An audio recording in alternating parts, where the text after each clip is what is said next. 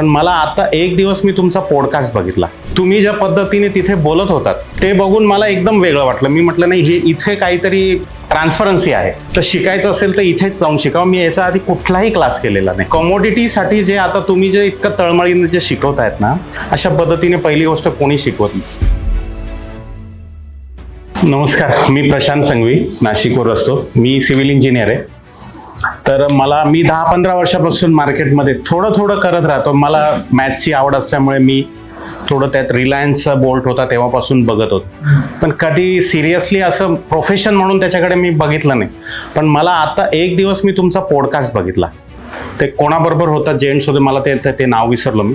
पण तिथे जे तुम्ही ज्या पद्धतीने इतक्या लोकांचे पॉडकास्ट मी बघितले, पण तुम्ही ज्या पद्धतीने तिथे बोलत होतात आणि जसे तुम्ही हे हातात आत्ताही दाखवताय तिथेही दाखवत होते तुम्ही PNL वगैरे हे दिसत, ते बघून मला एकदम वेगळं वाटलं. मी म्हटलं नाही, हे इथे काहीतरी ट्रान्सपरन्सी आहे इतरांपेक्षा. तर शिकायचं असेल तर इथेच जाऊन शिकावं. मी याच्या आधी कुठलाही क्लास केलेला नाही, ना ऑनलाईन केला ना ऑफलाईन केला, कधीच नाही. मला ते थोडंसं ग्रास्पिंग असते, एकेकाची थोडीशी ग्रास्पिंग जास्त, तर ती कधी कोणाला ॲडव्हान्स वाटते. ते तुम्हालाही सुरुवातीला थोडंसं वाटलं असेल.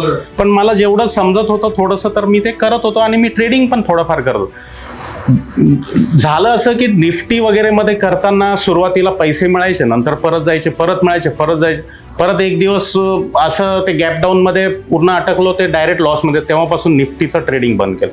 त्याच्यानंतर कालच्या तुमच्या ह्याच्यामध्ये मला तेव्हा पहिल्यांदा हे केलं की निफ्टी मध्ये काय चालतं, तर हे करायचंच नाही. तर ते आता डोक्यात बसलं की हे आता आपल्याला करायचंच नाही. मग काय करायचं? मग कमोडिटीसाठी जे आता तुम्ही जे इतकं तळमळीने जे शिकवतायत ना, अशा पद्धतीने पहिली गोष्ट कोणी शिकवत नाही. एक गोष्ट 4-4 वेळेस 10-10 वेळेस कोणी समजून सांगत नाही. स्वतःहून समोरून चेहरा बघता, तुम्ही चेहरा ओळखता, तुम्ही फेस रीडिंग करता की कोणाचा चेहरा कसा ह्याला नाही ह्यांना हा बोलत नाहीये, पण ह्यांना कळालेलं नाहीये. तुम्ही त्यांना बोलतं करता, मग त्यांना नाही समजलं, नाही ते बोलले तरी मग तुम्ही पुन्हा समजावून सांगता. ही पद्धत कोणाचीच नाही, कोणीच करत नाही. एवढा वेळ कोणीच देत नाही. 2 दिवसामध्ये तुम्ही हे 200 दिवसाचं नॉलेज द्यायचा प्रयत्न केलाय. कारण एक गोष्ट 10 वेळेस सांगा, एकाच ह्याच्यामध्ये मास्टरी करायचा प्रयत्न हा तुमचा आहे. की कुठल्या तरी कोणीतरी FRP मध्ये मास्टर होईल, कोणीतरी डबल टॉपमध्ये होईल, कोणी अजून कशात होईल, कोणी ज्याच्या त्याच्या इंटरेस्ट. पण तुम्ही ज्या पद्धतीने समजून सांगता ना, मला कुठली गोष्ट ग्रास्प होते, हे इतर लोकांचं समजवणं आणि तुमच्या समजवण्यामध्ये जमीन आसमानाचा फरक.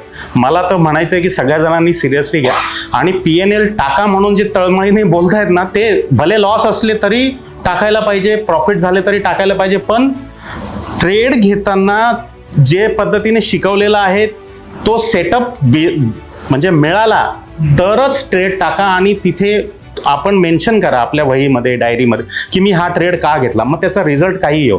आणि ते जर का तुम्हाला पाठवत राहिले किंवा ग्रुपला वगैरे पाठवत राहिला, प्रत्येक जण त्याच्यामध्ये मास्टर. तुम्ही म्हणाले प्रत्येक बॅचमधनं 2-3च पुढे जातात. मी म्हणतो हे एवढे 2525 जण फायनल होऊ शकतात, पुढे जाऊ शकतात, जर यांनी महिनाभर PNL पाठवलं. प्रॉफिट असो लॉस होतो, हा बेसिक डिफरन्स. हे मला फार चांगलं वाटतं.